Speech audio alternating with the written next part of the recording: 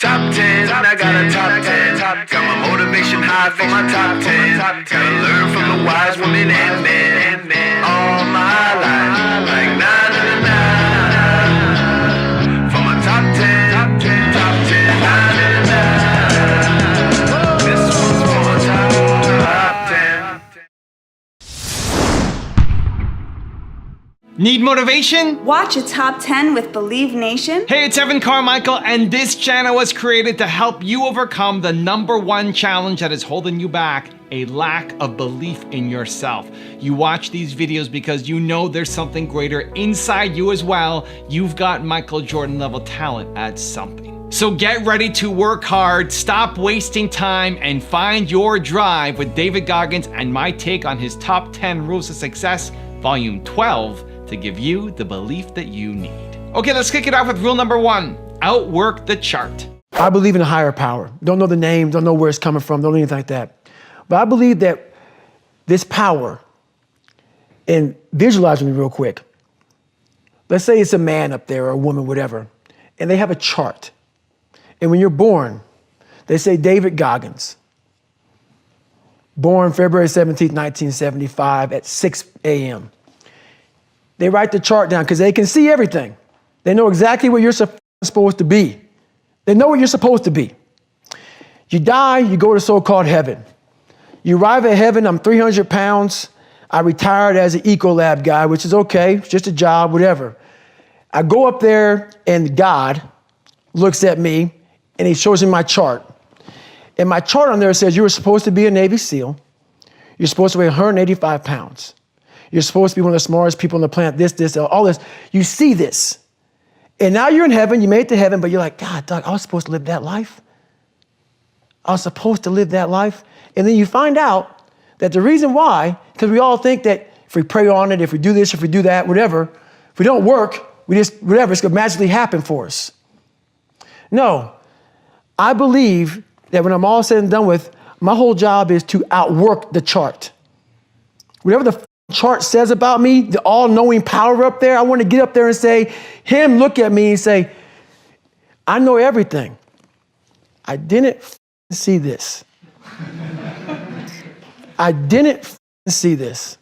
I want to feel that. I want to get to the other end of this world, and however I'm being judged, whoever's judging me, to look at me and say, I did not know, I had you at 185, I had you at this, but all this other shit, I was riding as you were living it. I want to find more, all I can. And in that sack of shit, you have to dive in that to find more. Because if you're not willing to go in there and face yourself, you're not gonna find anything. You're gonna live right here on surface, man, right here on surface. So if there is an ending to this world and there is somewhere to go and there's a judgment, you're gonna get there and you might see a chart. And that chart may tell you who the you should have been. And now you get the rest of your life to think about that. Man, I could have lived a much better life if I just would have just suffered a little bit more. Rule number 2, don't be complacent. You become complacent. You become very civilized in life. You know, the worst thing that can happen to a person is you become civilized. When you get to that point where you believe that you've arrived, when you, my God, man, I'm up there near Michelle Obama on my book. I've done it, man. Mm-hmm. I'm good. You can coast. I'm good. You don't have to do her. I ain't got to do her. You played your man card. The fuck I'm doing? I don't have to be a wildland firefighter, man. I retired from the military. I ain't got to go out there and dig fire line for 3 miles. I'm 43, man. I've done it. You should just be flying first class everywhere and doing speeches and getting paid crazy cash. And laying in a hotel, kicking it, man. And that's exactly when it's over. That mindset right there to me is death. I'm not saying you can go as hard as you did when you were 20 or now at 43, but there's a new bar that you must always set in your life.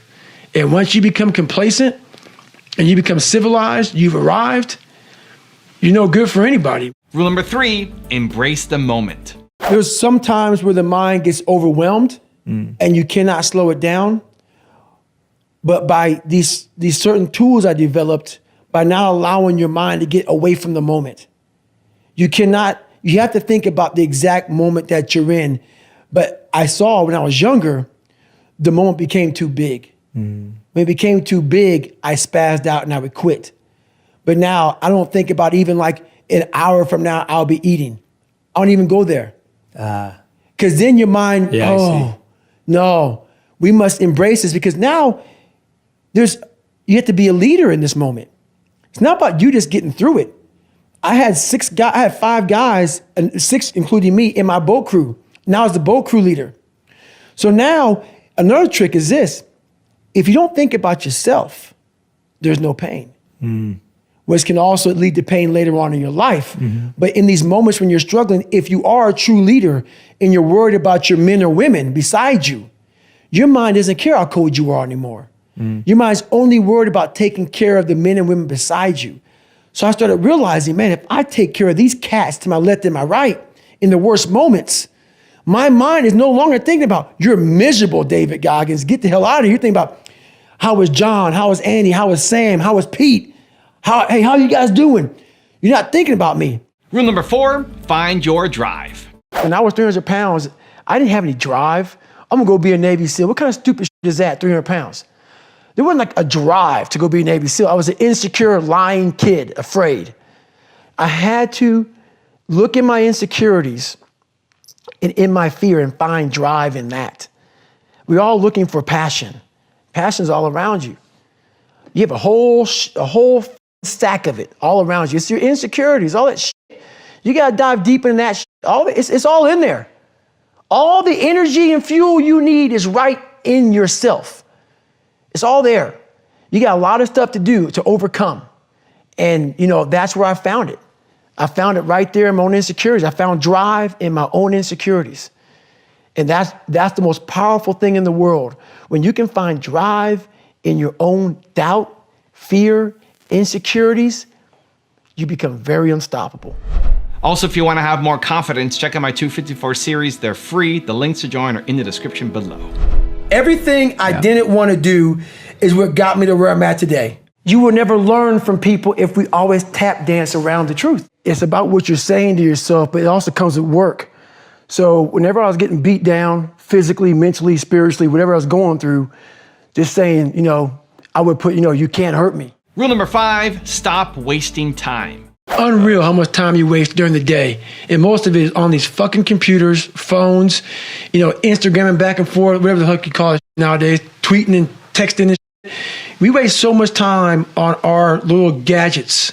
It's unreal. And we talk about we have no time. If you really you have to take your day and write down this one day. Everything you do, write that down, and you're like, my God, I am wasting so much time on frivolous bullshit. It's not even funny. I mean, it will, if it doesn't infuriate you, it should. Because there's so much time. I can't get it in. Look at your schedule. You just wasted 7 hours today on bullshit. I mean, and you don't have an hour a day to try to get something in for yourself. I guarantee everybody can find an hour. Rule number 6, don't be afraid to fail. Most of us live our entire lives avoiding failure. It's funny. I walk around, people come up to me and they say, man, you're that Navy SEAL, you went through Ranger School, you were, Air Force TAC P, you did the pull-up record, you run all these ultra races, all this shit, man. The funny thing about it that I think about is this. They know that part of me. This is the part I know about myself. I failed the ASVAB test to get in the military 3 times. In the Air Force, failed at pararescue. In the SEALs, it took me 3 times to get through Navy SEAL training. The pull-up record took me 3 times. This is what I know about me. So what I'm saying is this. You can't live your life being afraid to fail. All those failures made me the success in the day. Rule number 7, have a savage mentality. Not getting civilized is about having a savage mentality. Civilized is something where people, it's a comfortable world. A lot of us say, like for instance, I see these athletes right now who retire, I'm 38, I'm 39, I did 20 years at the top of my game, and I'm chilling out now. You see them a year later and how they look. what the hell just happened to you, dude? What the hell? You're one of the greatest athletes of all time. Kids looked up to you. Women, men of all ages looked up to you. And they hit the pinnacle where it's time to retire, and their mind says, whew, I'm civilized. The worst thing that could ever happen to any human being is they become civilized. It's that total accountability. Like even when you retire, there's a looking at me and judging me right now, man. I was the baddest person to ever live. It doesn't go away, man. You got to wake up. Even though you retired, you never retired.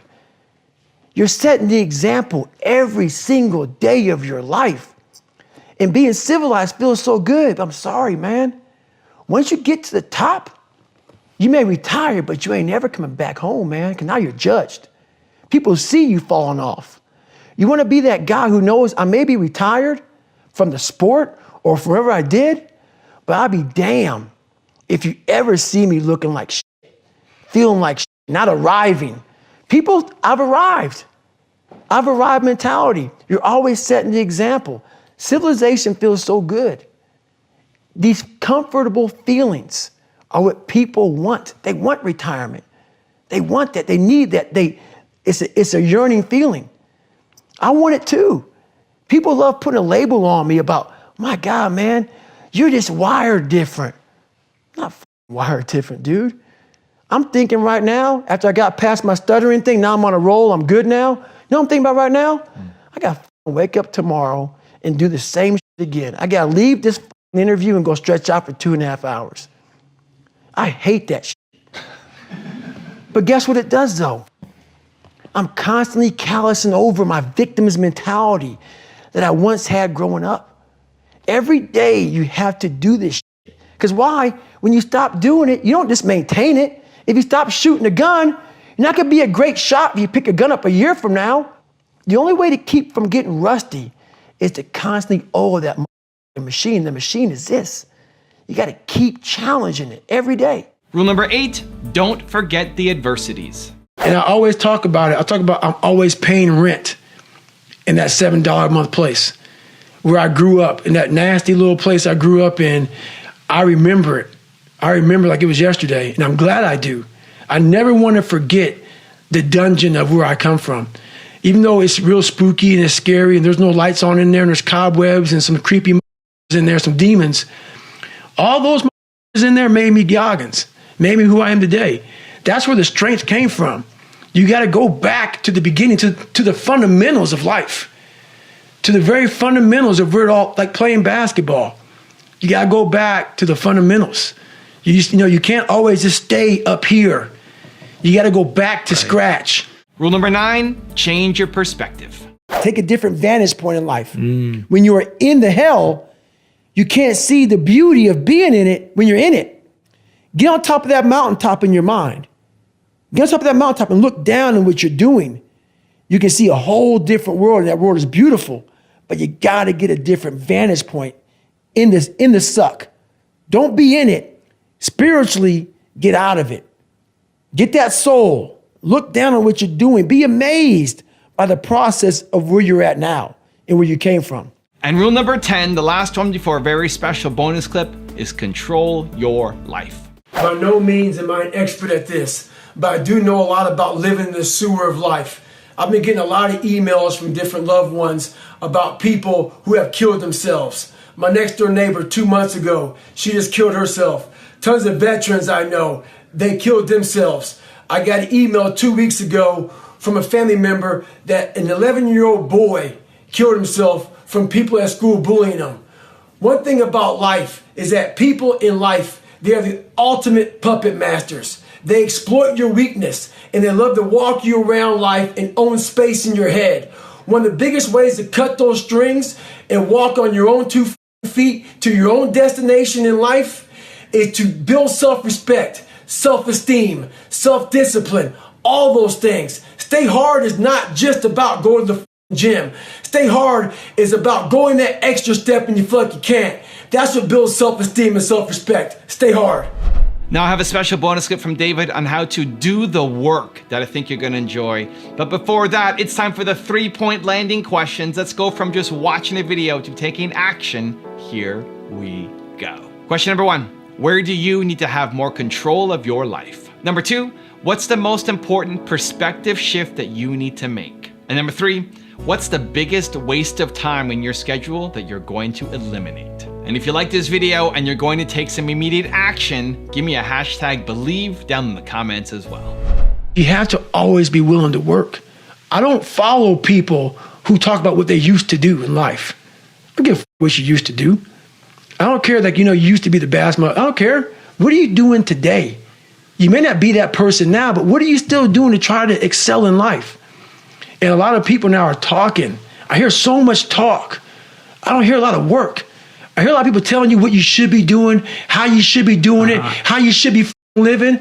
And I look at them and you're fat, you're out of shape, you look like shit, but you're telling them how to live. No, man, I won't listen to you. There's so many people speaking this shit. And that's what bothered me a lot in the military. There's a lot of people talking shit. I don't see the real suffering behind it, behind what you're saying. That's why everybody said, man, you talk with so much passion because it's a real place. It sucks to get up in the morning time. It was raining like cats and dogs. I want to get my shoes on and go run. But guess what? I got my shit on and ran. Yeah. Got that on Fear and ran. is the vision that's coming into my mind is Jake LaMotta at the end of Raging Bull when he's all fat and he's staring at himself and in his own lack of accountability mirror, right? Like drunk and talking about the good old days. Right. There are no good old days, man. There are no good old days. Yeah. You gotta go back and use it for strength, man, but it's where you're at now. If you want another awesome video in our Black Excellence series, check out the video right there next to me. I think you'll enjoy it. Continue to believe, and I'll see you there.